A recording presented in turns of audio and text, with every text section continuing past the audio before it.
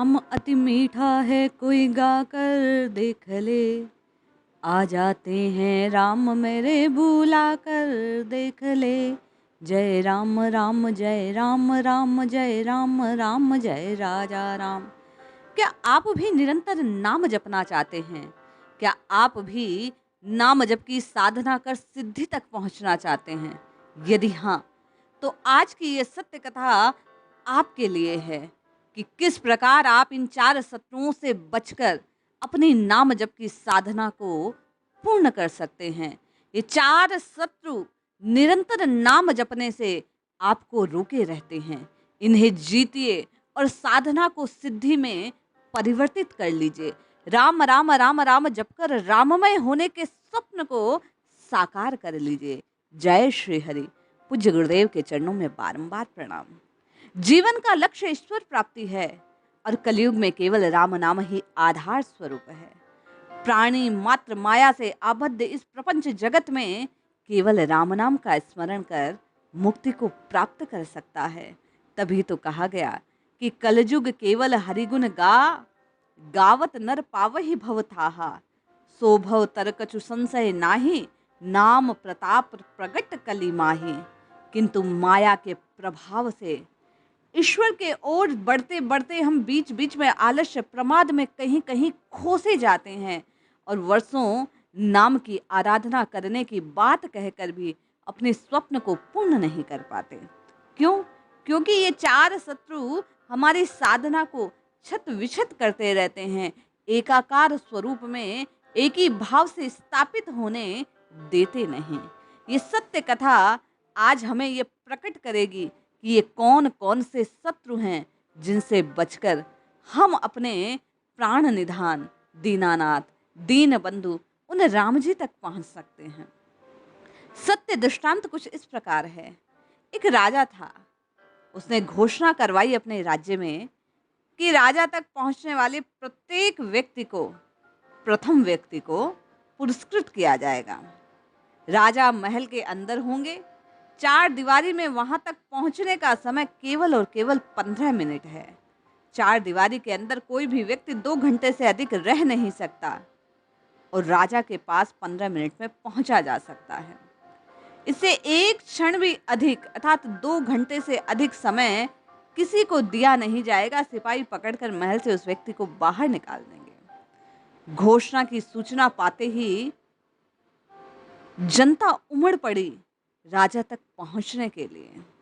जिस प्रकार हम और आप ये सुनकर महात्माओं की वाणी में कि नाम जपकर नाममय हुआ जा सकता है, राम राम जपकर राममय हुआ जा सकता है, हमने और आपने भी राम राम जपना प्रारंभ कर दिया। उसी प्रकार वहां की जो जनता थी वो अपने राजा तक पहुंचने के लिए चल पड़ी महल की ओर। घोषणा के अनुसार जो 4 दीवारी थी उसमें प्रवेश किया उन लोगों ने। प्रवेश के द्वार पर राजमहल के मार्ग में राजा ने 4 कक्ष बनवाए। ये 4 कक्ष और साधना की 4 शत्रु, 4 बाधाएं जिन्हें आपको और मुझे पार कर राम जी तक पहुंचना है। पहले कक्ष में राजा ने स्वादिष्ट भोजन का प्रबंध करवाया। जो भी व्यक्ति आता वो इच्छा अनुसार भोजन ग्रहण कर सकता है, इस बात की उनको स्वतंत्रता थी। कुछ लोगों ने सोचा पहले भरपेट भोजन पाया जाए, अभी तो 2 घंटे हैं, राजा तक तो 15 मिनट में पहुंचा जा सकता है। वे भोजन करते करते इतना खो गए कि 2 घंटे का समय कब बीत गया घूम घूम के खाने में उन्हें ज्ञात ही नहीं रहा। राजा के सिपाही आए और उनका जिनका समय पूर्ण हो चुका उन्हें बाहर कर दिया। इसी प्रकार हम और आप भी अपने को मिले हुए समय, ये जीवन, इस मानव जीवन को खा पी कर समाप्त कर देते हैं और यमदूत अर्थात उस सर्वोच्च राजा प्रभु के जो दूत हैं वो हमारा समय पूर्ण होने के कारण हमें ले जाते हैं यमपुरी में और हम प्रभु तक पहुंचने के स्वप्न को स्वप्न में ही छोड़कर चले जाते हैं। ये प्रथम बाधा है दृष्टांत में वर्णित की गई कि खाने पीने में समय व्यतीत करने वाले जरूरत से अधिक जितना काया को भाड़ा देना आवश्यक है उतना दीजिए, जिससे साधना का सम्यक रूप से पालन किया जा सके।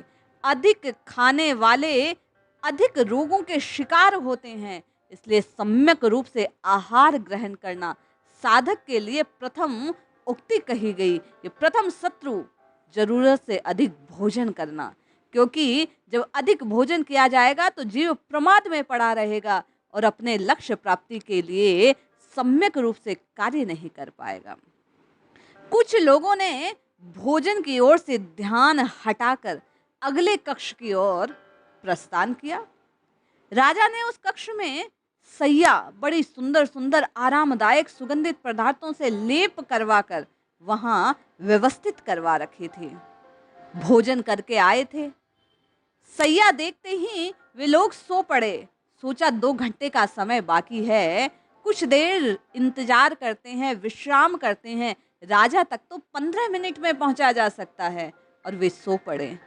जैसे ही लेटे, उन आरामदायक सैयाओं पर उनके 2 घंटे कब व्यतीत हुए उन्हें पता भी ना चला। राजा के सिपाही आए, नींद से उठाया और महल के बाहर पटक दिया। इसी प्रकार हम और आप भी प्रमाद में पड़े रहते हैं। हमारा जीवन व्यतीत हो जाता है। हमें लगता है अब करेंगे साधना, अब करेंगे नाम जप, अब फेरेंगे माला, अब करेंगे भक्ति, और समय कब व्यतीत हो जाता है हम और आप जान भी नहीं पाते। कुछ लोग जो निंद्रा पर विजय प्राप्त कर लेते हैं, अपने सोने खाने पर संयम कर लेते हैं, वे तीसरे कक्ष की ओर प्रस्थान करते हैं राजा तक पहुंचने के लिए।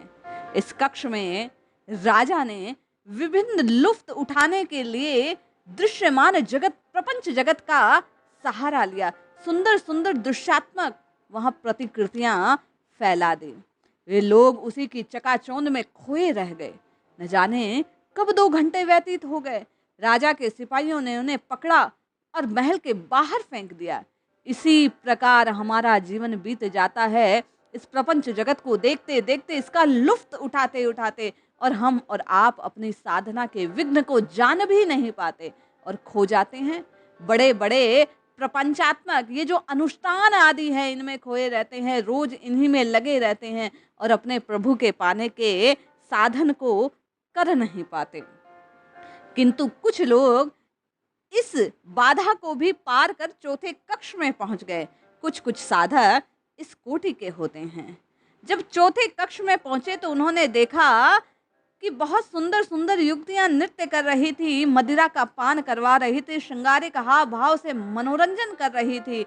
बहुत से लोग जो वहां पहुंचे, 3 कक्ष को पार कर आहार की सम्यकता को, निद्रा को त्याग कर और प्रपंच जगत के लुभावने दृश्यों को पछाड़ कर वे आकर माया के इस चौथे कक्ष में हार गए। उस सुंदर सुंदर युवतियों के नृत्य में फंस गए। माया इसी प्रकार नचाती रहती है और हम सबको मोहित कर देती है। कभी पुत्र के प्रेम में, कभी पत्नी के प्रेम में, कभी पौत्र के प्रेम में, कभी संसार की किसी वस्तु के प्रेम में हम ऐसे खो जाते हैं, उसी के आगे पीछे डोलने लगते हैं और साधना के क्रम से च्युत हो जाते हैं, गिर जाते हैं अपनी स्थिति से और नाम जप की साधना को पूर्ण नहीं कर पाते। किंतु एक ऐसा व्यक्ति भी था उनमें जो चारों कक्षों की लुभावनी वस्तुओं और दिव्य पदार्थों को बिना लाभ उठाए सीधा राजा तक पहुंच गया। राजा ने उसे पूर्व घोषित पुरस्कार के अनुसार अपना आधा राज्य दे दिया। इसी प्रकार प्रत्येक व्यक्ति अपने जीवन में परम लक्ष्य ईश्वर का नाम जपकर भवसागर को पार उतर सकता है, किंतु दृष्टांत में वर्णित माया के जाल में फंसकर हम और आप अपना समय व्यर्थ कर देते हैं। सांसारिक सुखों को पाने की जो लालसा है वो जीवन को व्यर्थ कर देती है। पुनरपि जननम पुनरपि मरणम के चक्र में हम और आप सदैव फंसे रहते हैं, जिसके कारण सुर दुर्लभ ये मानव शरीर की सार्थक जो होनी चाहिए थी वो हो नहीं पाती। परंतु जो व्यक्ति राजा के पास पहुंचने वाले इस दृढ़ निश्चय और अपने लक्ष्य के प्रति सचेष्ट रहता है, वह संसार के सुखों की नश्वरता को समझकर नाम जप कर, राम राम राम राम राम जप कर राममय होने के अपने स्वप्न को साकार कर लेता है। वह सतत रूप से नाम जपता है। जो साधक अपनी इंद्रियों का संयम स्थापित कर लेता है वह इन चारों बाधाओं को पार कर राम जी तक पहुंच जाता है। जैसा संत महात्माओं ने अपनी इंद्रियों पर संयम किया और पहुंचे प्रभु तक। राम राम जपकर रघुनाथ सहाय, बाबा रघुनाथ राम जी को प्राप्त कर लेते हैं। राम राम जपकर अनेक संतों ने अपनी साधना को पूर्ण किया और प्रभु के साक्षात्कार प्राप्त किए। इसलिए आप और मैं भी इस मायावृत, इस दुख जनित रूप रस गंध स्पर्श आदि के भोगों के पराग से विमुख होकर केवल और केवल भगवान नाम का जप करते हुए निरंतर अपने निश्चयप्रद प्रभु को प्राप्त करने की वृत्ति की ओर उन्मुख होंगे। इन चार बाधाओं को जो साधक पार कर लेते हैं वे निश्चय ही राम जी तक पहुंचते हैं। यदि आप और मैं भी निरंतर नाम जपना चाहते हैं, सतत नाम का स्मरण कर प्रभु को प्राप्त करना चाहते हैं, तो इन चार बाधाओं को हमें और आपको भी जीतना होगा। जैसे ही हमने इन पर विजय प्राप्त की, निश्चय माने हमारा मन प्रभु के चरणों में एकाकार हो जाएगा और काम बन जाएगा। किंतु प्रथम सीढ़ी यही है कि नित्य प्रति हम माला फेरें, प्रभु का नाम जपें। जपिए जपिए जपिए नित्य निरंतर रघुनाथ जी के नाम को जपिए, कल्याण अवश्य होगा। जय श्री हरि।